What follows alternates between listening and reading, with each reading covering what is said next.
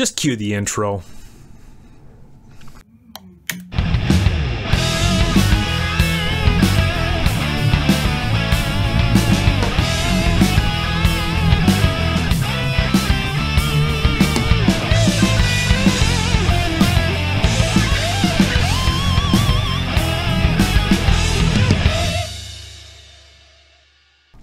All right, everybody. It's been a while since I did one of these. So we're going to be catching up on a few different things. This is, I'll just touch on the Les Paul project a little bit, and then we'll kind of get into things. Les Paul project-wise, the last thing we did was thin the neck down a little bit, and basically I've been playing on it since then. Usually what I like to do is just play on a guitar until I pretty much have played one set of strings through on it, and then when I'm changing them, then I might as well just strip it down. So season's changed a little bit here, so kind of letting it, you know, acclimate a little bit. I did adjust the neck a little bit. I put a little bit of relief in it. It's playing really, really nice right now. So I've come around quite a bit on that guitar. I think the scope of that project is changing a little bit. I was originally gonna shoot some paint at the top of it and a bit on the headstock and stuff. I don't think I'm gonna do that now. What I will do instead, most likely, is once I break a string, I'll pull everything off of it, probably just sand and rub that, you know, down a little bit, smooth it out, get those weird rings from around the edge of the bridge, and call that good. I'm still planning on rewiring it because I really don't like that weird plug and play electronic system that Gibson went to in the early 2000s, so that's gotta go. But really, with the rest of it, though, I'm okay. I've come to terms with the paint.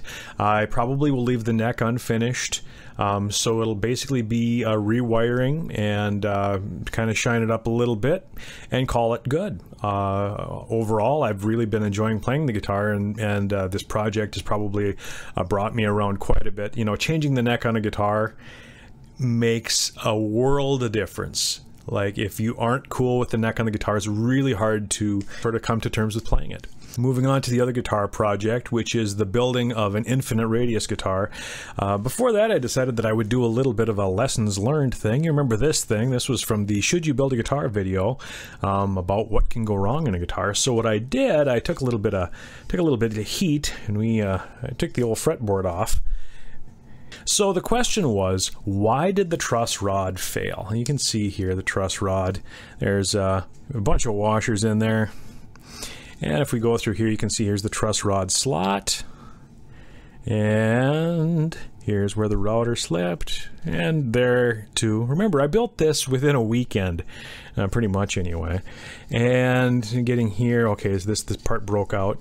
And if you look right there, you can see here's where it was anchored. Now, what I originally did when I built this neck, basically the truss rod is just a steel rod. It goes through here, and I bent it at about a 45 degree, maybe a little bit steeper than a 45 degree angle, drilled a hole, hooked it in there, pounded it in. I thought, well, that should hold. Now, on the green guitar, I used the same rod, and the rod, there's nothing special about the rod, which is probably the problem. So the rod is just a regular steel rod that you get at Menards. And I used that on this, but on the green guitar, what I did is I actually drilled a hole through some square key stock, put the rod through there, and then, you know, used that for the anchoring. This, I just did the hook. And as you can see there, what happened was, right there is where the bend was. There's some amount of bend, and you can see where it's been tearing out in the wood.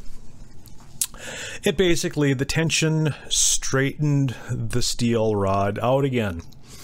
And you can see that's really about how much steel rod was stuck in there. So you can see that the bend really kind of worked out the whole thing. So this is one of those good little lessons learned things. So now I know I'm not going to do truss rod anchoring like that again. So that's that. That's also, actually, speaking of taking things apart, that's also one reason I like Tight Bond Original, is because you can back it off with heat. I'll get into this more during the guitar construction thing. There's a lot of discussion among guitar builders about which glue you should use for what. And of course, like everything, there are a lot of opinions, and many of them are based on, well, what are most opinions based on? This is what I do, and therefore I'm going to apply rationale to it. And maybe that's what I'm doing too. I buy Titebond because it's at the store and it's really easy to work with. There's that. So anyway, I'm going to touch on a couple other things now for the infinite radius guitar here. The first step on that is to get some wood, and so that's what I did. Now there are a lot of people selling body blanks on the internet, and they're really actually fairly expensive. So what I have here, this is just basswood. I went over to Valley Hardwood in Dilworth, Minnesota, which is not very far from my house, and I bought some very nice, very clear 2-inch basswood. Now all I'm going to have to do with this to make a pretty large body blank is just do a little bit of jointery.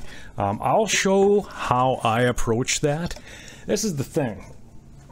You can save some money just doing it that way. That was less than half of what a body blank is right now if you're shopping, and that's just basswood.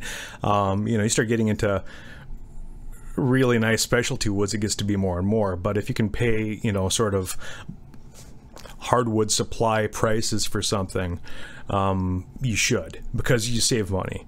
And here's another thing about that too, is when you're buying locally, and if it's something that's been in stock for a while, then the wood when you buy it should be somewhat acclimated to your environment anyway. With something like a basswood body blank, with something like a basswood body blank, okay, with something like a basswood body blank, that's not quite as big of a deal, but with a neck, that changes things somewhat. Now here's a piece of wood, not unlike what this other guitar neck started out as, although this is actually a harder piece of maple than that is. This is just hard maple, $9 board, longer than I need.